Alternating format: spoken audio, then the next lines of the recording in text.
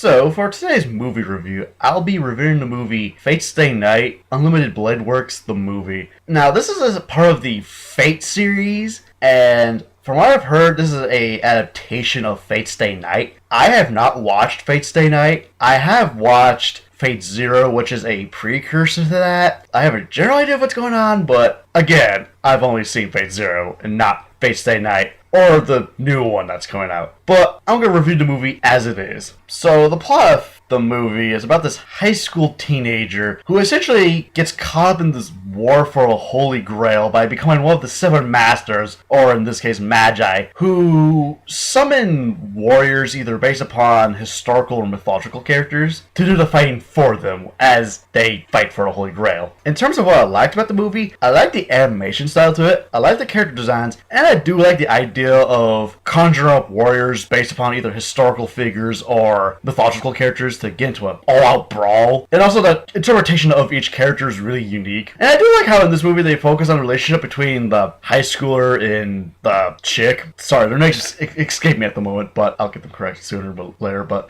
like, I do like how the central focus is on them. In terms of what I disliked about the movie is way too condensed for its own good. Like, they took all 24 episodes of the Fate Stay Night anime and condensed it into a 2-hour film because there's just so much shit going on. It's like, okay, who the hell's this character? Wait, what? Too much going on. And if they really wanted to condense the entire series into a movie, they should have done something similar to what the Gurren Lagann movies did, where, okay, you got 2 movies. You got the first movie based upon the first 12 episodes and the last movie based upon the last 12 episodes. Like, that would have been fine. Just this, trying to condense all 24 episodes into a movie, that's a bit much. And also, so when characters get revealed left and right, it's like, I have no idea who you are, I don't know what your skill set is, this is my first time seeing you, I just don't know. Case in point, the master to the caster servant, like, he appears half hour into the film, and, you know, to the context of the characters in the film, they're like, wait, you're the master? And for someone like me who just foresaw this character, it's like, okay, I have no idea who this person is. This is my first time seeing them.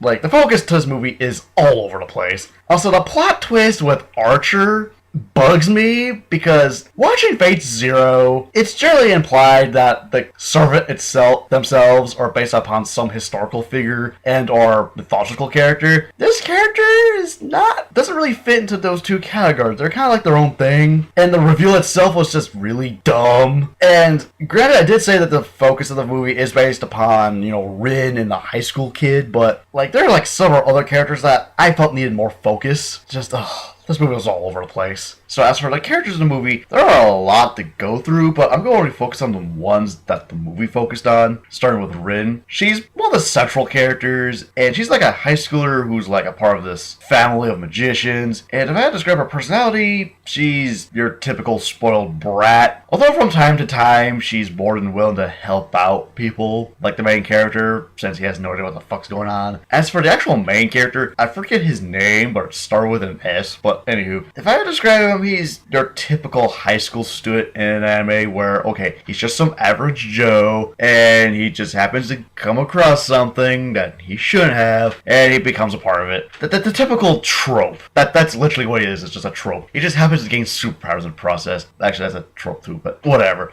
Like, I didn't think the character was really anything that special. Now, as for Saber, she's essentially the flagship character of the Fate series, and her depiction in this movie doesn't really stand out because the movie is more focused on the 2 high school kids than any of the servants. Like, yeah, we do get focus on Caster, but not enough on Saber, who's essentially like I said, the flagship character. And like, she appears here and there in a fight scene, but that's about it. Like for the first 30 minutes, she's in a couple battle scenes, but through the rest of the movie, it's just like, what are you doing? What are you? I didn't really get a sense of her character in this movie. As for Archer, he's essentially the servant of Rin, and he's a bit of a dick. That's actually about it, actually. And I'm not going to tell you who his identity is, because it's, again, the plot twist to his character is really freaking dumb. And you don't really quite Also, in the movie, I didn't really quite get his allegiances, because it's like, okay, he's working for this character for a bit, but then it's like, you know what, I'm gonna ditch you and join them for a bit,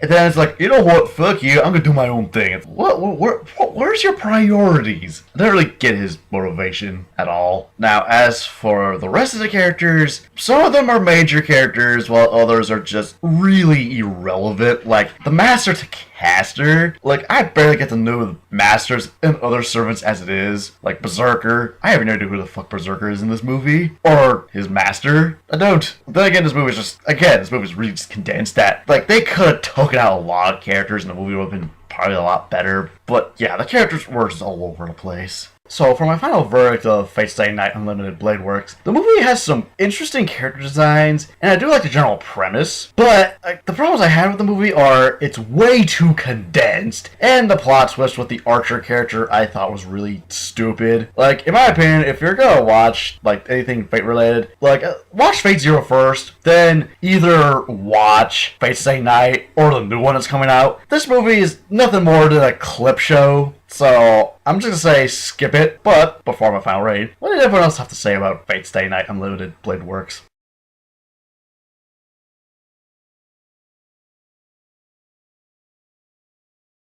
Looks like not many people actually reviewed the movie or watched it. So, for my final rating of Fate Stay Night Unlimited Blade Works, I give it 2 out of 5. So, between Fate Zero and Fate Stay Night, who's your least favorite servant? Keyword least favorite. And see you later.